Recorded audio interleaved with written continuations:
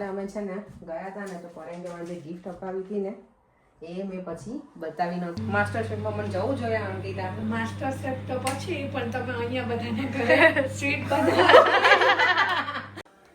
ચલો અમારું dinner table ready થઈ ગયું છે.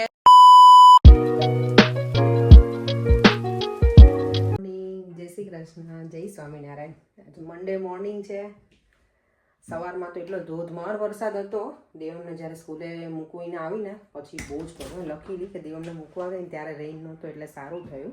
અને જો અત્યારે બાર સની ડે થઈ ગયો છે અને આખું વીક મને તો એવું હતું 4-5 દિવસ જ છે પેલું રેઇન, પણ હવે તો આખું વીક અમારે રેઇન બતાવે છે. અને આજે મારો ક્લિનિંગ ડે છે કારણ કે કાલે આખો દિવસ બહુ જલસા કર્યા. આજે બધું ક્લિનિંગ પૂરું કરીશ.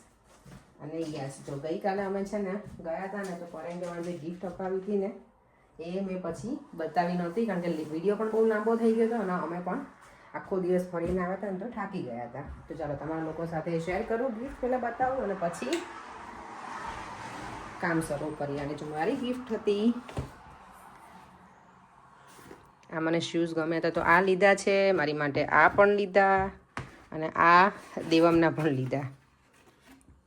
દેવમને પણ લેવાતા એટલે એના સ્કૂલના છે, એને પગમાં કોણ થયો છે ને એટલે એના માટે થઈને. ચાલો આ બધું હવે ક્લિનિંગ ચાલુ છે. બધું મેં બધું અરેન્જ કરી દો બધું ફટાફટ પહેલાં અને પછી બીજું કામ સ્ટાર્ટ કરું. અત્યારે વાગી ગયા છે ઓલમોસ્ટ 12. બ્રેકફાસ્ટ મેં એવો કર્યો નથી એટલે અત્યારે મારા માટે બનાવું છું હું મિની ઉત્તપમ. દેવામને મેં લંચમાં આ જ બનાવીને આપ્યા છે. પછી મેં કીધું હું જ્યારે જમવું હશે ને લંચ કરવું હશે ને ત્યારે ગરમ ગરમ બનાવીને ખાઈ લઈશ. ઉપર બધું સરસ મેં ક્લિનિંગ કરી નાખ્યું, આખું સ્ટોર રૂમ, એક બેડરૂમ એ કર્યો સરસ ક્લીન. હવે ઉપરનો બેડરૂમ બાકી છે, એ ખાઈને પછી એ કામ. આજે ક્લિનિંગ ડે જેવું જ છે મારું કામકાજ અને થોડું ઘણું કંઈક વિચારું છું કે કંઈ બનાવું નાસ્તામાં કે શું કરું એ તો જોઈએ હવે. બેડરૂમમાંથી મારો બહારનો વ્યૂ કેટલો સરસ આવે છે ને.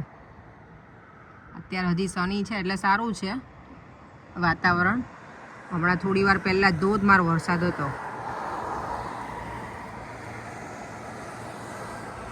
જો કિચનમાં ફરી વાર આવી ગઈ છું કારણ કે દેવમને આજે પિક કરવાનો છે મને 4:30. અત્યારે વાગ્યા છે 2:30. તો મેં એવું વિચાર્યું કે શાક ને એવું બનાવી નાખું તો પછી રાત્રે ખાલી રોટલી જ બાકી રહે કારણ કે દેવમને પિક કરવાનો છે. પછી પાછું એને ટ્યુશન પણ છે તો મને મારે છે ને મારી ફ્રેન્ડના ઘરે જવાનું છે સુખડી બનાવવા, તો એ પણ કામ છે. એટલે મેં કીધું ફટાફટ પહેલાં કુકિંગ થોડું ઘણું કરી નાખું તો પછી બધું બાકી ના રહે. એટલે કુકિંગમાં શાક રોટલી સિમ્પલ જ બનાવવું છે.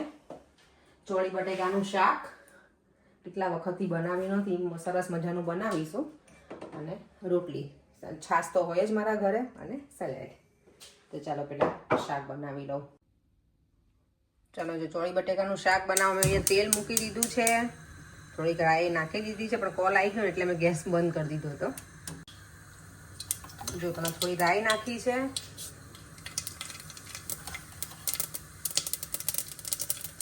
જીરું, હિંગ, હળદર.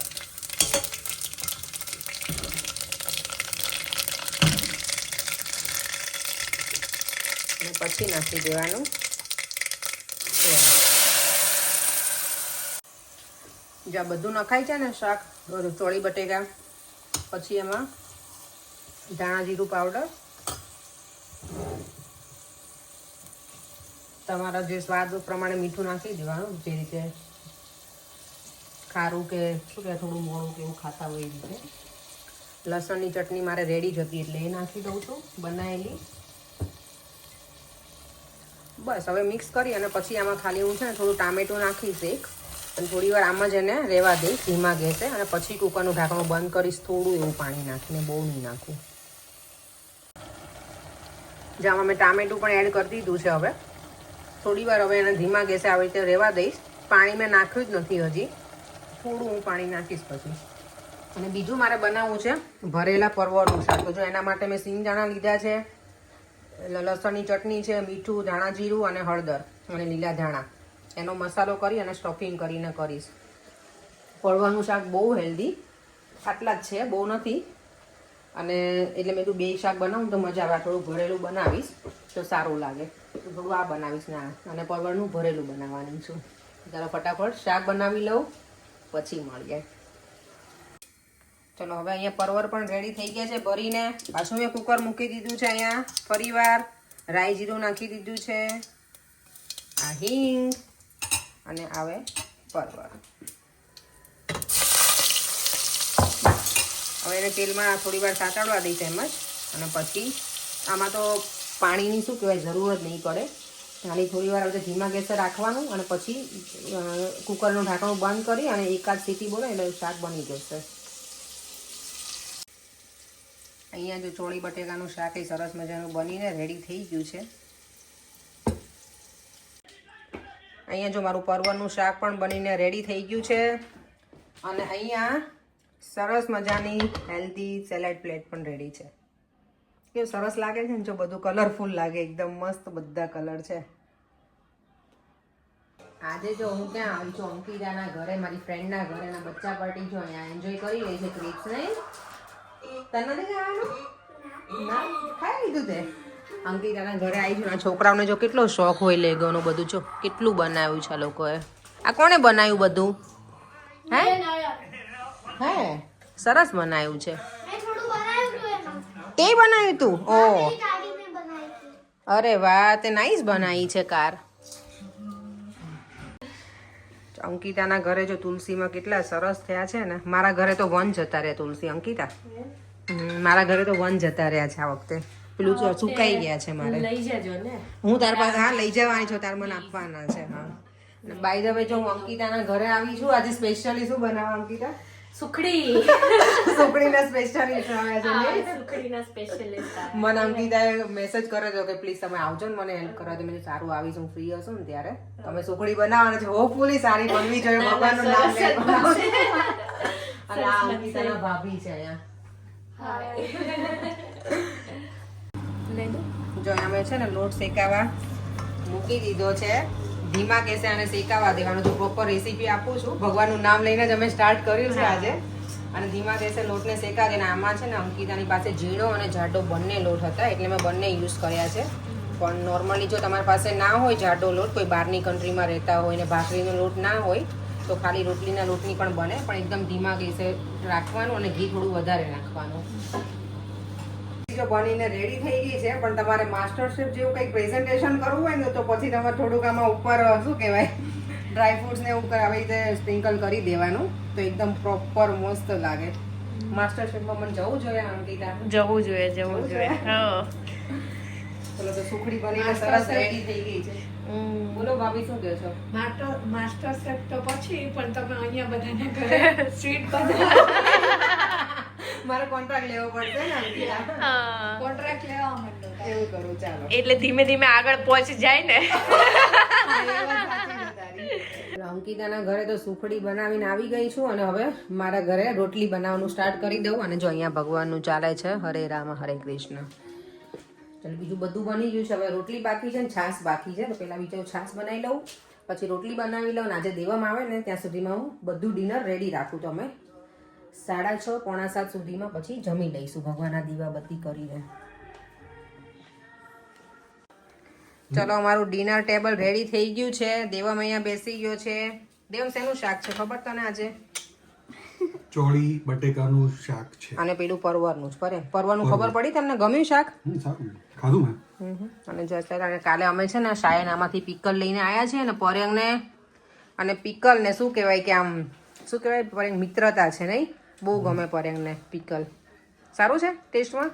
સ્વીટ વાળું છે ને? ઓકે હા તો કઈ નહીં, હવે અહીંયા લઈ આવવાનું પરેંગ. હે ને તાજે તાજું મજા આવે ખાવાની. જેમ તને ઓલું કરવું છે બેટા ટ્રાય થોડું આપું? આ સ્પાઇસી નથી, નાઈસ હશે સ્વીટ વાળું. લે ટેસ્ટ કર થોડું. બધું ટેસ્ટ કરવાનું બેટા. લે દેવામને છે ને હું એક વસ્તુ આપું જ. એવું નહીં કે હું એને જબરજસ્તી આપું, પણ એને ઇન્ડિયન ટેસ્ટ છે ને બધું ટ્રાય કરાવું. આપણે જ્યારે ઇન્ડિયામાં જઈએ ને ત્યારે શું કહેવાય કે એને એવું ના થવું જોઈએ કે મને આ નથી ખાવું, પેલું નથી ખાવું. જે હોય ને ખાઈ લેવા જોઈએ છોકરા. હું એવું માનું છું. મારા દેવામને મેં બધું શીખવાડ્યું છે ખાવાનું, કે એક વસ્તુ ખાઈ લે એમ. ગમે બેટા? સી ટ્રાય કરે તો ગમે છોકરાઓને. એટલે ગમે ને બેટા? ઓકે ચાલો તો હવે હું પણ લોકોને જોઈન કરી લઉં, જમી લઈએ, સરસ મજાનું ડિનર કરી લઈએ. અને અહીંયા જો મેં દૂધ પણ ગરમ કરવા મૂકી દીધું હતું દહીં બનાવવા માટે. આ આજે જો મંડે છે, મંડેનું ડિનર છે અમારું એકદમ આપણું કે શું કહેવાય સાત્વિક ભોજન કહેવાય ને એવું સિમ્પલ એમ. ચોળી બટેકાનું શાક છે, પરવરનું શાક છે, રોટલી છે અને એકદમ હેલ્ધી પ્લેટ છે આ. બધા સેલેડ અને મારું ફેવરેટ ડ્રિંક છાસ.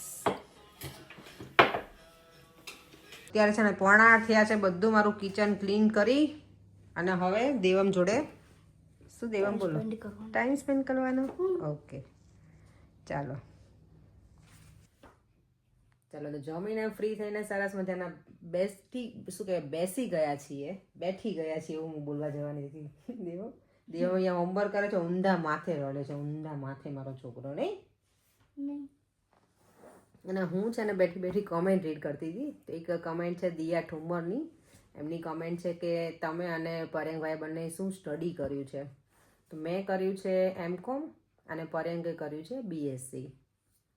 અને યસ, આજના વિડીયોમાં બહુ જ એટલે ઘણી બધી કોમેન્ટ છે. અમારી મેરેજ એનિવર્સરીની બહુ બધી સરસ બધાએ વિશ કરી છે. તો થેન્ક યુ સો મચ બધાને દિલથી વન્સ અગેન. ઘણી બધી જગ્યાએ ઇન્સ્ટાગ્રામમાં અને બધામાં છે હજી પણ message. Thank you so much દિલથી બધાને. આવી નવી કોમેન્ટ કરતા રહેજો, સપોર્ટ કરતા રહેજો ચેનલને. જો તમે સબસ્ક્રાઈબ ના કરી હોય તો સબસ્ક્રાઈબ કરવાનું ના ભૂલતા. જલ્દી સબસ્ક્રાઈબ કરી દેજો. શું કેવું દેવમ તારું? ડેફિનેટલી. અને લાઈક અને શેર પણ કરી દેજો. ચાલો થોડી વાર બેસીએ, ટીવી જોઈશું. ભગવાનનું ચાલતું હતું તો એ સાંભળતી હતી હું તો બેઠી અને પછી મેં હું કોમેન્ટ રીડ કરું, કારણ કે આખો દિવસમાં પછી મેં જોયું નહોતું કોમેન્ટ ને એવું બધું. તો અત્યારે તો જોયું તો ઘણી બધી કોમેન્ટ હતી તો મજા આવી ગઈ. ચાલો તો થોડી વાર રહીને પાછા મળીએ. આવી જાય પછી વિડીયોનો એન્ડ કરીશું થોડી વારમાં જ. અને યસ, હું અંકિતાના ઘરે સુખડી બનાવવા ગઈ હતી તો મેં એને કીધું હતું કે તું મને રિવ્યૂ આપજે કે કેવી બની છે એમ. પછી એવું નહીં કે મેં કીધું તને એવું લાગે કે સારી નથી બની તો પ્લીઝ ઓનેસ્ટ રિવ્યૂ આપજે, કારણ કે તરત આપણને આઈડિયા ના આવે. ગરમ હતી અને હું પછી ઘરે પણ આવતી રહી હતી. ત્યારે હમણાં મેસેજ હતો કે બહુ જ સરસ બની છે, એકદમ સોફ્ટ છે. તો મને ખરેખર ગમ્યું કે આપણે કોઈની ઘરે પહેલી વખત બનાવવા ગયા હોય વસ્તુ સારી બને તો ગમે. મેં ભગવાનનું નામ લઈને જ બનાવવાનું સ્ટાર્ટ કર્યું હતું. ઓલવેઝ કંઈ આપણે સારું કામ કે ગમે કંઈક કામ કરતા હોય તો ભગવાનને પહેલાં યાદ કરીને કંઈક કરવું જોઈએ.